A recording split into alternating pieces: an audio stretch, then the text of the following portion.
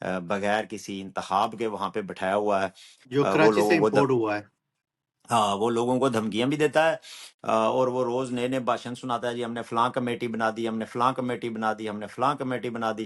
لوگ ان سے پوچھیں کہ یہ آپ 1.5 سال سے مسلسل کمیٹیاں بنا رہے ہو، تو جو کمیٹیاں سفارشات کرتی ہیں، جو آپ نے عوامی ایکشن کمیٹی کے ساتھ اگریمنٹس کیے، وعدے کیے، تو وہ کہاں ہیں؟ آپ کیوں کشمیر میں ایک اس طرح کا ماحول جو ہے وہ مسلسل پیدا کر کے رکھنا چاہ رہے ہو؟ جو چارٹر آف ڈیمانڈ ہے آپ اس پہ عمل درآمد کرو. وہ بار بار آپ کو عوام جو ہے وہ اس حوالے سے اپنے رائے کا اظہار کر چکی ہے، اور یہ مقدمے اور یہ جعل سازیاں ختم کر کے تو جو ہے وہ معاملات کو آگے بڑھاؤ، اور پھر ساتھ میں باعزت طریقے سے مستفی ہو کے گھروں کو جاؤ. بس یہ ایک رستہ ہے، جو اس کے علاوہ تو کوئی رستہ نہیں ہے. اگر آج بھی یہ جبر کر کے تو یہ دھرنے اٹھا دیتے ہیں یا لوگوں کو گرفتار کرتے ہیں یا سارا کچھ کرتے ہیں، تو یہ ان کی بھول ہے کہ وہ اس سے کچھ حاصل کر لیں گے. اس سے کچھ نہیں حاصل ہوگا. اور اگر ان کے ذہن میں یہ ہے کہ پاکستان کی فوج ان کو بچا لے گی اور ایجنسیاں بچا لیں گی اور وہ آئیں گی اور وہ قبضہ کر لیں گی، تو یہ ناممکن ہے.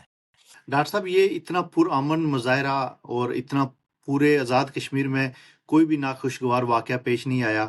آپ کیا سمجھتے ہیں کہ یہ لوگوں میں شعور ہے جس نے ان لوگوں کو ایک مٹھی کی طرح بند کے رکھا ہے، اور انہوں نے کوئی ایسی کارروائی لوگوں کی طرف سے نہیں ہوئی، لوگوں نے ایک تنخواہ بھی نہیں ہلا؟ اور جوائنٹ ایکشن کمیٹی کے بارے میں آپ کیا کہیں گے کہ ان کی جو پلاننگ تھی، ان کا جو لائے عمل تھا، وہ آپ کیا سمجھتے ہیں کہ درست سمت میں جا رہا ہے؟ جی بالکل. اصل میں جو ہے نا، ہمارا جو خطہ ہے یہ پاکستان کے زیر انتظام کشمیر، یہ 75 سال سے 76 77 سال سے جو ہے وہ مختلف عوامی تحریکیں جو ہیں وہ یہاں پہ چلتی رہی ہیں. اور جو مین تحریک ہے ہماری آزادی کی اور ریاست کی وحدت کی بحالی کی تحریک، اس تحریک کا بڑا رول ہے. اس تحریک نے جو ہے وہ لوگوں کو شعور دیا ہے. لوگوں کے حصے کی مصیبتیں اس تحریک نے برداشت کی، ان کے لیے جیلیں کاٹی، ان کے لیے مقدمے بھگتے. آج بھی اس وقت بھی جب ہم گفتگو کر رہے ہیں تو جو آزادی کی تحریک سے وابستہ لوگ ہیں وہ جیلوں میں بیٹھے ہوئے ہیں، وہ مقدمات کا سامنا کر رہے ہیں اس موومنٹ کے حوالے سے بھی. اور گزشتہ 1.5 سال میں بھی اس تحریک سے وابستہ افراد نے بہت بڑی تعداد میں قربانیاں پیش کی ہیں. سو اس ساری جدوجہد کے نتیجے میں شعوری طور پہ ہماری جو قوم ہے اور اس کے افراد اور نوجوان جو ہیں وہ بڑے مسلح ہوئے ہیں، وہ شعور سے لیس ہوئے ہیں، ان کی شعوری تربیت ہوئی ہے. تو وہ انتشار اور افراتفری جو ہے وہ اس کی طرف جانے سے گریز کر رہے ہیں. اور خاص کر جو آزادی پسند تحریک ہے، جو اس موومنٹ کے اندر بڑی سرگرم ہے، ان کو بھی جو ہے وہ خاص طور پر یہ ان کی لیڈرشپ کی طرف سے ہدایات ہیں کہ وہ ہر ممکن طور پر پرامن جدوجہد کو جو ہے وہ اپنائے رکھے اور کسی بھی مرحلے پہ صبر کا دامن جو ہے وہ ہاتھ سے نہ چھوڑے. تو آپ کو 99% تو یہ بہت ہی زیادہ پیسفل اور وہ ملے گا. اب چونکہ یہ ایک عوامی تحریک ہے اور اس میں عوام داخل ہو جاتی ہے، پھر یہ ایک ماس موومنٹ بن جاتی ہے، تو بعض جگہوں پہ بعض دفعہ چھوٹے موٹے جو اس طرح کے مڈ بھیڑ کے واقعات ہیں انتظامیہ یا پولیس کے ساتھ، وہ رونما ہوتے آپ کو نظر آئیں گے. لیکن اس میں بھی آپ کو یہ نظر آئے گا کہ جتنی بھی لیڈرشپ ہے اور جتنی بھی آزادی پسند جو تنظیمیں ہیں، وہ سارے کے سارے جو ان کے کارکنان شریک ہیں، وہ ماحول کو پرامن اور منظم رکھنے میں جو ہے وہ سرگرم نظر آتے ہیں. تو پرامن اور منظم رہنا بہت ضروری ہے.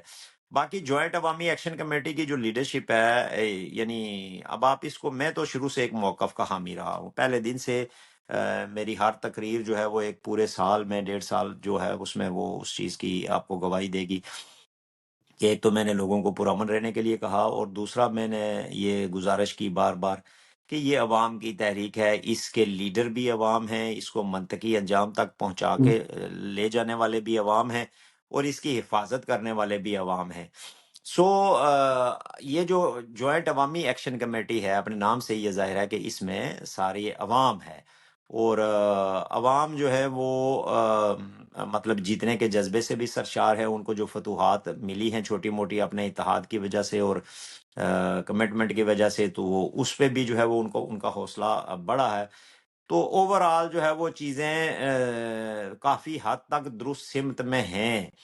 ہاں لیڈرشپ کے مسائل ہوتے ہیں ان کی، چونکہ لیڈرشپ مختلف نقطہ نظر سے تعلق رکھتی ہے، وہ مختلف شعبہ زندگی سے وہاں پہ آتے ہیں، تو ان کا آپس میں تال میل جو ہے وہ بنتے بنتے ایک ٹائم لگتا ہے۔ میں ابھی کسی دوست سے بات کر رہا تھا کہ 2019 میں ہم نے جموں کشمیر لبریشن فرنٹ نے چکوٹھی کے مقام پر ایک دھرنا دیا، جب ہندوستان نے آرٹیکل 370 اور 35A کو وہاں پہ جو ہے وہ منسوخ کیا اور حملہ کیا کشمیریوں پہ، تو اس کے خلاف ہم نے ایک دھرنا دیا، ایک لانگ مارچ ہوا جو 4 دن چلا، اور 13 دن ہم نے اس کے بعد دھرنا دیا، یعنی 17 دن ہم روڈز پہ رہے اور دھرنے میں رہے۔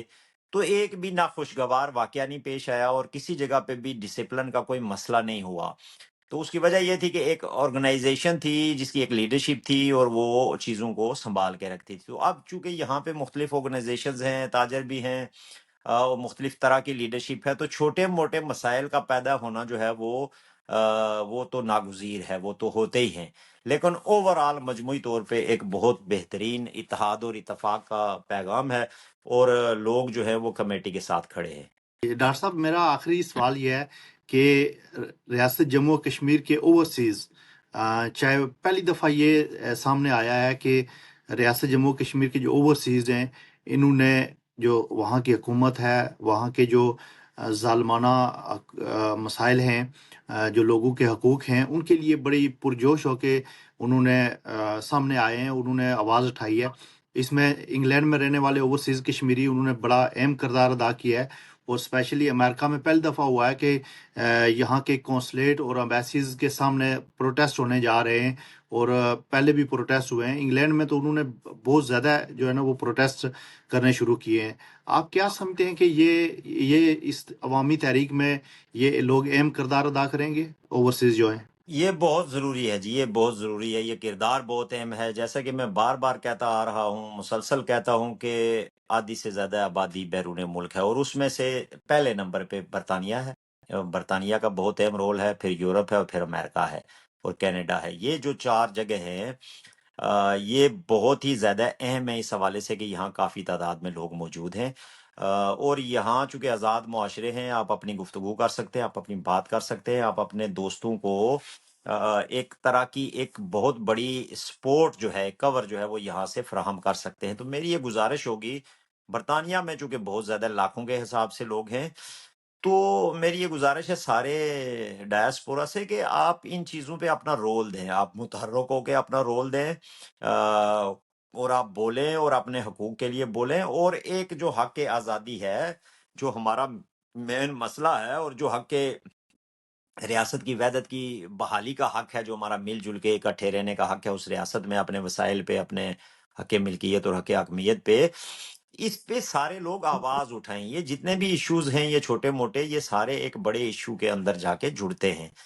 تو ضروری ہے کہ برطانیہ والے، امریکہ والے اور یورپ والے ماضی میں بھی اور حال میں بھی ان کا کردار بڑا روشن اور بڑا واضح ہے، لیکن اس کو ذرا مزید طاقتور کرنے کی ضرورت ہے، تاکہ ہماری آواز جو ہے وہ بین الاقوامی اداروں میں اور فورمز پر گونجے، بین الاقوامی میڈیا اس کو توجہ کا نشانہ بنائے، اس کو مطلب قابل توجہ سمجھے، اور اس پہ گفتگو کرے، مختلف ادارے اس پہ گفتگو کریں، مختلف حکومتیں اس پہ گفتگو کریں۔ یونائٹڈ نیشن ایک فریق ہے ہمارے مسئلے کا، اس کی موجودگی ہے ریاست جموں کشمیر کے اندر، تو یونائٹڈ نیشن بھی تاکہ متوجہ ہو۔ یہ یہاں پہ امریکہ میں بڑا ملک ہے، اس کے عالمی حالات پہ اس کی جو ہے وہ بادشاہی ہے، تو ان کی حکومت کی بھی اس طرف توجہ ہو تاکہ ہمارے مسائل حل ہوں۔ تو آنے والے دنوں میں ڈائسپورا کو ایک فیصلہ کن رول ادا کرنے میں جو ہے وہ پیش قدمی کرنا ہوگی۔ Thank you so much doctor صاحب، آپ نے ٹائم دیا۔ ناظرین آپ کے لیے بھی یہی میسج ہے کہ جہاں بھی ہیں اپنے لوگوں کے لیے آواز اٹھائیں، چاہے وہ آپ اوورسیز ہیں، چاہے پاکستان کے زیر انتظام جو کشمیر ہے اس میں رہتے ہیں، اپنی آواز لوگوں ایوانوں تک پہنچائیں، اپنی آواز اٹھائیں لوگوں کے حقوق کے لیے اور لوگوں کی مشکلات کم کرنے کے لیے۔ یہ ہر ریاست کے فرد کا یہ فرض ہے کہ وہ ریاست کے لیے، آزادی کے لیے اور اس ریاست کے جو مسائل ہیں ان پہ آواز اٹھائے۔